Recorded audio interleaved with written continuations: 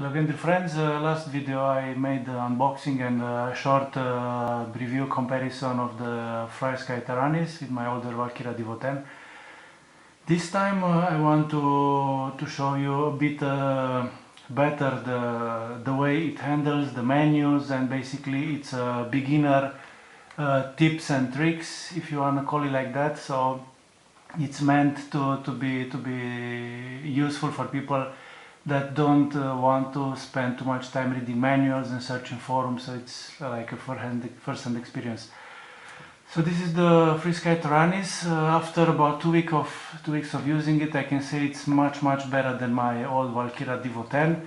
Everything is smooth, everything is laid well, all the pots have 3 position switch, everything is programmable. Basically it's like it's supposed to be. It has a bigger screen. It has these really nice knobs that you can adjust the gimbals when you do aerial photography.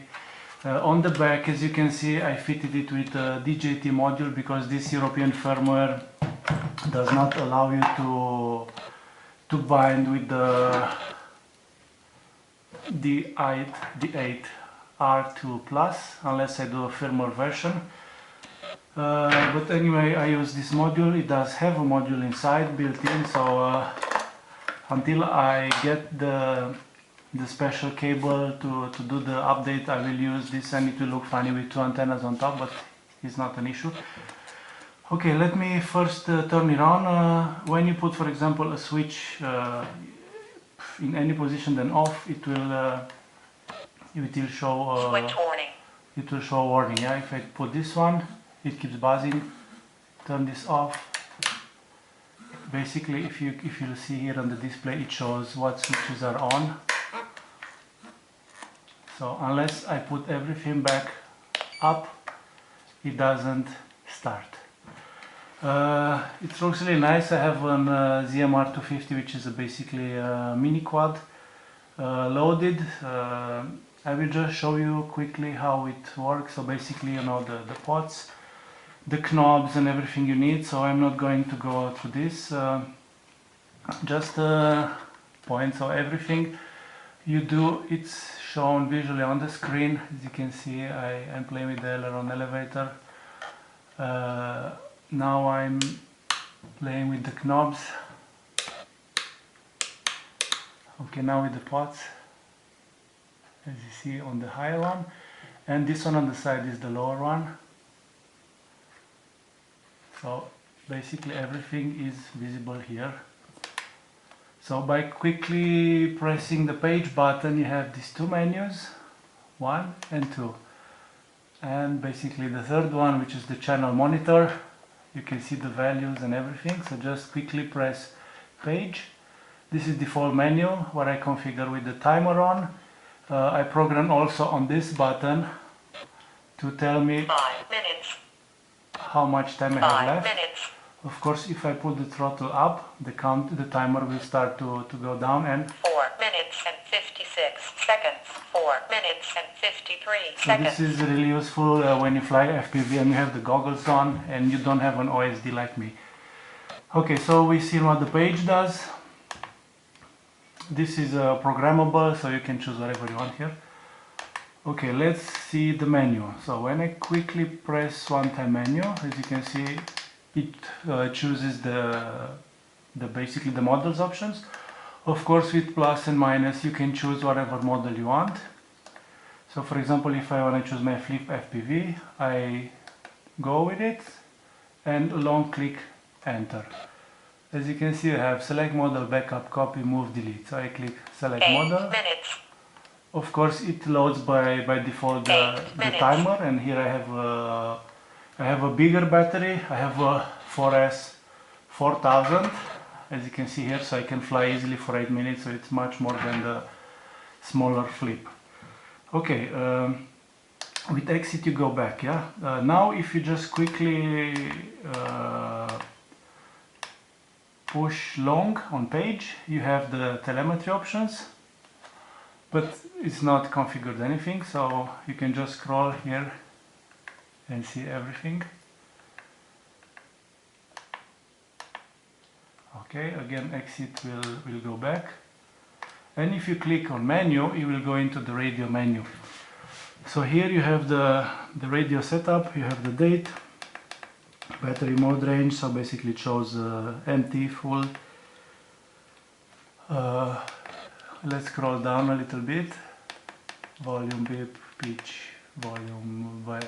So basically all the settings that you want to change: haptic, strain, contrast, battery low, memory low, sound off, backlight, brightness. Okay, I want to just show you quickly because this is the Taranis Plus, and maybe many people wondered what's the difference. So as you can see, I can choose colors of the display. So this is the default, let's say, on the left side. If I scroll up, I have this nice blue, light blue, and if I scroll more to the right, it gets darker and darker. So this is basically the maximum. So I understood from forums that this is one of the differences compared to the initial version, this and the haptic. Okay, I just choose enter. Let's go lower. Alarm, splash screen, duration, how much time you need it, country code, menu, units, and so on. So this, as you can see, it's page 1 of 8. And of course, by pressing page, you scroll to the next page. Okay, so here is the second page of the menu. You can see the BMPs. Sorry for the focus. EEPROM, firmware, logs, model, script, sound. So just a second, I show you the BMPs. You can see the already preloaded BMPs, basically icons that you can choose. It's really a nice feature.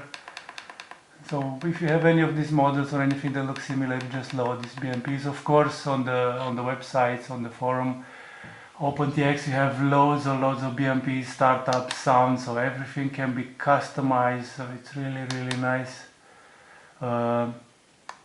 system. Okay, so back to the second page. Third page is the trainer port, so what you want to control, what you want to let the other radio to control. The version details, the switch test if you want to do it, analog inputs, all the detail here, the hardware, calibration of the pods if you want to do it. I never did it so far, it was not needed. And then back to the radio setup. Okay, now let me just go in the quad menu. Okay, so we are in the model menu this time. You have the name, and if you copy my settings, the throttle will just start to count when you move it a little bit up. So it's really simple setting, you've just seen it. Again, as you can see, this is page 2 of 12. You can scroll down in the menu. Okay, what I wanted to show you is that on this firmware I cannot choose. So for example, if I hit enter, this is the D16, and I cannot choose the D8. So I cannot bind it directly with the D8 receiver. That's why I use an external radio receiver, which I already had for my previous radio. But basically, if you're wondering, like I did in the beginning, so this is where you can toggle the internal or the external module. Okay, page number 3, this is blank, so just ignore it. Page number 4 is the flight switches. Then here are the inputs that you wanna define when you wanna fly. Then is the mixer, basically the channel configuration that you need. So 8 minutes. This is how I set up on my radio on which channel what function to have, including the aux 1 and aux 2 for the flight mode and the headless mode, which is this switch. And of course, using the multi interface, I had to adjust the values. I have 1000 and 2000 values, and PWM and 1500 in the middle. Okay, the curves, I never touch it. Variables, logical switches, and special functions. I will just show you this very quickly. So you can set up a new function. So for example, I want to assign to this switch. Okay, just 1 second. Okay, now it enter, it's blinking, and you can see. Or if I want to choose this one, the radio automatically knows what switch you are selecting. And then you go to the next step, and you have the many functions: trainer, reset, set timer, adjust volume, play sound, play track, play value. This is useful for reading RSSI value or whatever. So you can choose mostly everything here, and then you can choose whatever you need. For example, aileron, or no, throttle. Now it's on the minimum. Minus 100. Minus 100. Now I move it all the way up. 100. Or in the middle roundabout. Minus 11. So basically you can see you can program everything you need here, but instead of throttle it can be RSSI, it can be whatever you need. So it has so many functions here. And then to the further right you can choose how many times it plays, what interval, one time, how many seconds, how many times, and so on and so forth. So it's really nice to have. And on this last page you can see the telemetry menu. I don't have it set up yet, but this is basically where you can adjust everything, also the alarms, the RSSI, and all of this stuff, and how you can set up your screen and so on. So this was the first page.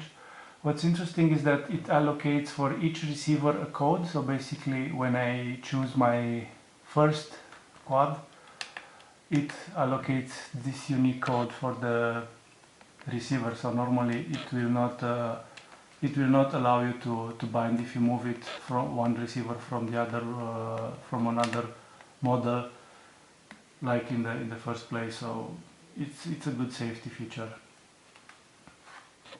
So really, I can only highly recommend this radio. It's really nice. It has basically everything you need and more of that. It's open for future upgrades. You can customize it with your own icons, your own sounds. Like I said, there is a lot of icons and resources for it. I can say only that I'm really happy with it.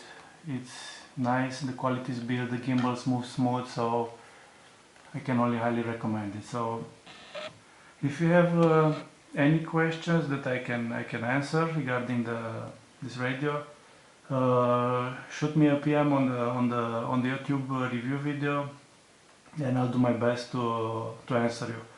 So until then, thanks for watching and fly safe. Bye bye.